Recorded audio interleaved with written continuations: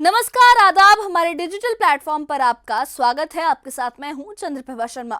आज हम बात करेंगे एक ऐसी जंग की जो पिछले 3.5 साल से दुनिया का ध्यान अपनी ओर खींच रही है, और ये है रशिया और यूक्रेन के बीच चल रही जंग, जिसमें अब चीन, अमेरिका और नेटो जैसे बड़े खिलाड़ी भी शामिल हो चुके हैं। समंदर में रूस और चीन की नौसेनाएं युद्धाभ्यास कर रही हैं, यूक्रेन के शहरों पर मिसाइलें बरस रही हैं और परमाणु हथियारों का खतरा लगातार बढ़ता जा रहा है। इस वीडियो में हम इस युद्ध के हर पहलू को आपको बताएंगे, विस्तार से समझेंगे, इसके कारण, मौजूदा हालात और फ्यूचर में इसके क्या मायने हो सकते हैं, इस बारे में बात करेंगे। रूस और यूक्रेन के बीच जो ये युद्ध है, ये 24 फरवरी 2022 को शुरू हुआ था, जब रूस ने यूक्रेन पर सैन्य हमला बोला था। ये युद्ध अब 3.5 साल से ज्यादा समय से चल रहा है। 3.5 साल से ज्यादा वक्त हो गया है इसे, और इसने यूक्रेन के कई शहरों को भारी नुकसान पहुंचाया है। खार्किव, डोनेट्स्क, लुहांस्क, जापोरिजिया और खिरसान जैसे इलाकों में रूसी सेना ने लगातार हमले किए हैं। रूस की स्कंदर मिसाइलें, शाही ड्रोन और ग्लाइड बमों ने यूक्रेन के बुनियादी ढांचे को काफी हद तक खत्म कर दिया है। रूसी सेना का यह दावा है कि हाल ही में 24 घंटों के अंदर उन्होंने यूक्रेन के 1250 से ज्यादा सैनिकों को मार गिराया है। ये नंबर काफी बड़ा है और इसे सुनकर हर कोई डर जाए।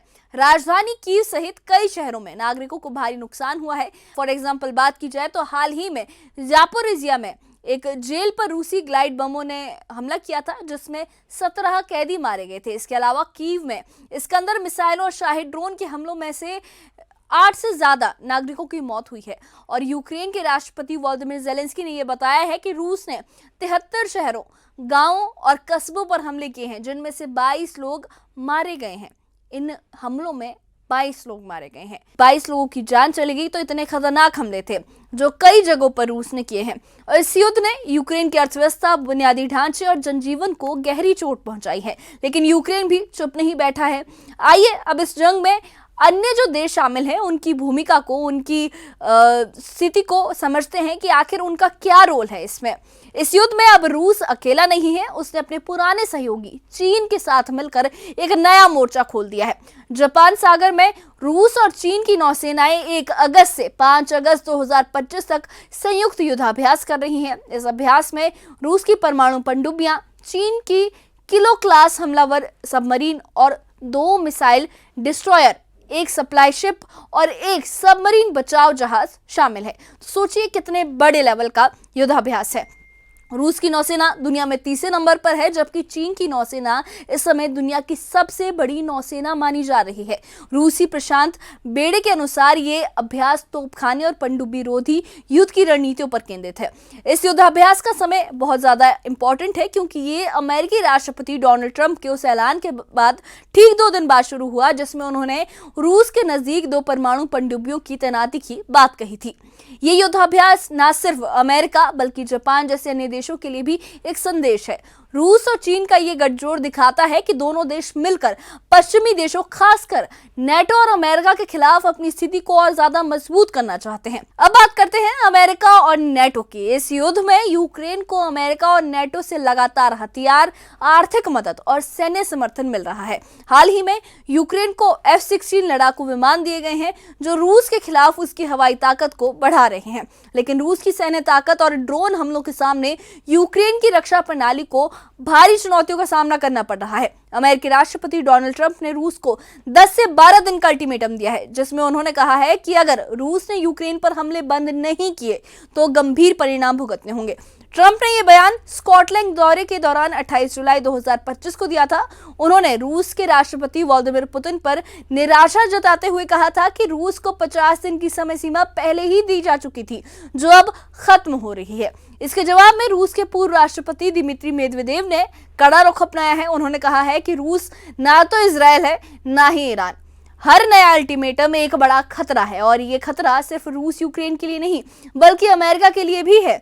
मेदवेदेव ने ट्रंप को चेतावनी दी कि वो पुराने जो अमेरिकी राष्ट्रपति थे, जो बाइडेन, उनकी तरह गलतियां ना दोहराएं। ट्रंप ने इस बयान पर तीखी प्रतिक्रिया दी और अपने social media platform truth social पर लिखा कि रूस और अमेरिका के बीच कोई बड़ा कारोबार नहीं है और मेदवेदेव को अपनी भाषा संभालनी चाहिए। He literally said that mind your language।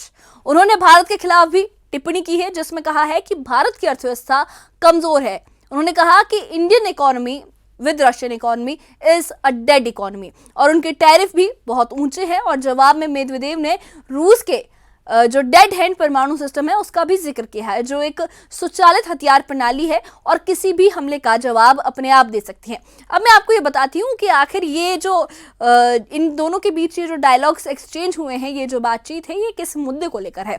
तो जो रशिया यूक्रेन का जो भी कॉन्फ्लिक्ट चल रहा है, इसमें अमेरिका ने ट्रंप को अल्टीमेटम दिया और उसके बाद वो 50 साल का अल्टीमेटम जो था वो अब कम करके 10 से 12 दिन का कर दिया गया।